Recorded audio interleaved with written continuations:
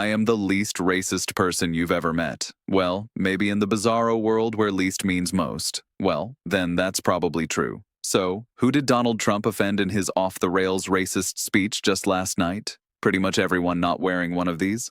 Hey, welcome to Occupied Democrats, where last night, Trump set a new low in public discourse while raising the bar in racial baiting.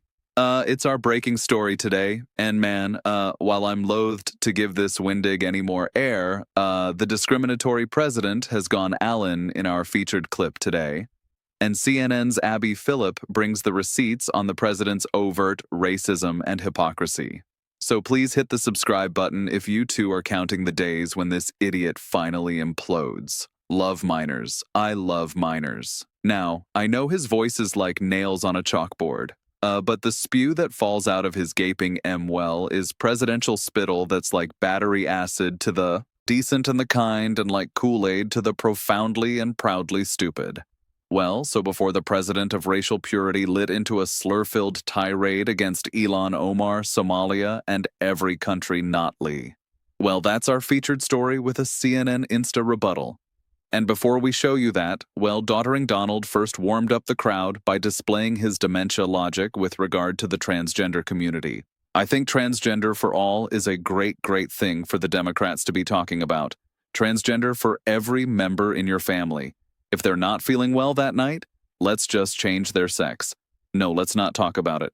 Let them go and let them fight to get these things, okay? Our featured clip and Insta rebuttal from CNN's Newsite with Abby Phillip. Well, that cleaves Trump's disgusting dissertation at the rally speech at the Mount Pocono Casino in northeastern Pennsylvania just last night. It was billed as an opportunity to reclaim the economic narrative. You don't need $37 for your daughter. 2 or 3 is nice, but you don't need $37. So, we're doing things right. We're running this country, right? But as you are about to see, it degenerated into something far more sinister. So stick around for Abby Phillip and her sane rebuttal and fact-check receipts brought. But first, let's dive right in.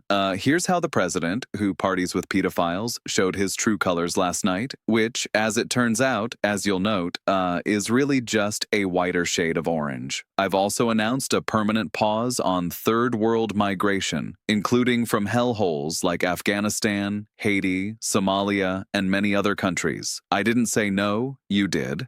And I say, why is it we only take people from countries, right? Why can't we have some people from Norway, Sweden, just a few? Let us have a few from Denmark. Do you mind sending us a few people? Send us some nice people? Do you mind? But we always take people from Somalia, places that are a disaster, right? Filthy, dirty, disgusting, ridden with crime. The only thing they're good at is going after ships. Okay? So here's our kicker. Unvarnished racism from Donald. They don't look like Indians to me, Trump. Now check out our featured clip today. Trump's freewheeling hate speech from just last night. Now, on the other side, we'll have CNN's Abby Phillip. She'll break it all down. I love this Elon Omar, whatever the hell her name is, with the little turban. I love her. She comes in, does nothing, but she's always complaining. She comes from a country where, I mean, it's considered about the worst country in the world, right? They have no military. They have no nothing. They have no parliament. They don't know what the hell the word parliament means. They have nothing. They have no police. They police themselves. They kill each other all the time. I love it. She comes to our country, and she's always complaining about the Constitution allows me to do this. The con, we ought to get her the hell out. She married her brother in order to get in, right? She married her brother. Can you imagine if Donald Trump married his sister? Beautiful. She's a beautiful person.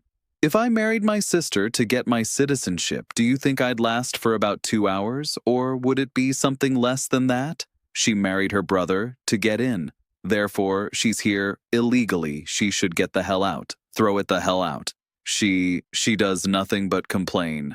Okay, after that speech, Abby Phillip and the panel over on Newsite sifted through the filth to try and find the truth. Now, I just want to remind you that when those comments were reported by CNN, by the Washington Post, by other outlets, the White House, Trump denied it. Let me just play that denial. Did you see what various senators in the room said about my comments? They weren't. No. No. I'm not a racist. I am the least racist person you have ever interviewed. That I can tell you. Isn't the American project supposed to be about treating people as individuals, not as representatives of where they came from, about who their parents were or whatever, but about who they are and what they can individually contribute to this country? However, what Trump is doing there is basically saying, you are worthless if you come from a part of the world that he doesn't think has value. Is that really what we're doing in the United States of America? That's not true in America. That's true. America, we do treat people as individuals and appreciate them as individuals. It's one of the greatest things about this country. On the other hand, and I am no fan of Ilhan Omar, and she is in a lot of deep doo-doo now because she is very tangled in this billion-dollar Somali Medicaid fraud scandal in Minneapolis. And she may be touched by this. And of course, I haven't seen any evidence of her being connected to it, except for her being. Let me tell you why. Let me tell you why.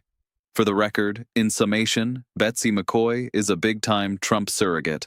But for all the bootlicking that she does on his behalf, she'll never get Levitt-level love from the Donald. They dominate. They dominate when she gets up there with that beautiful face and those lips that don't stop like a little machine.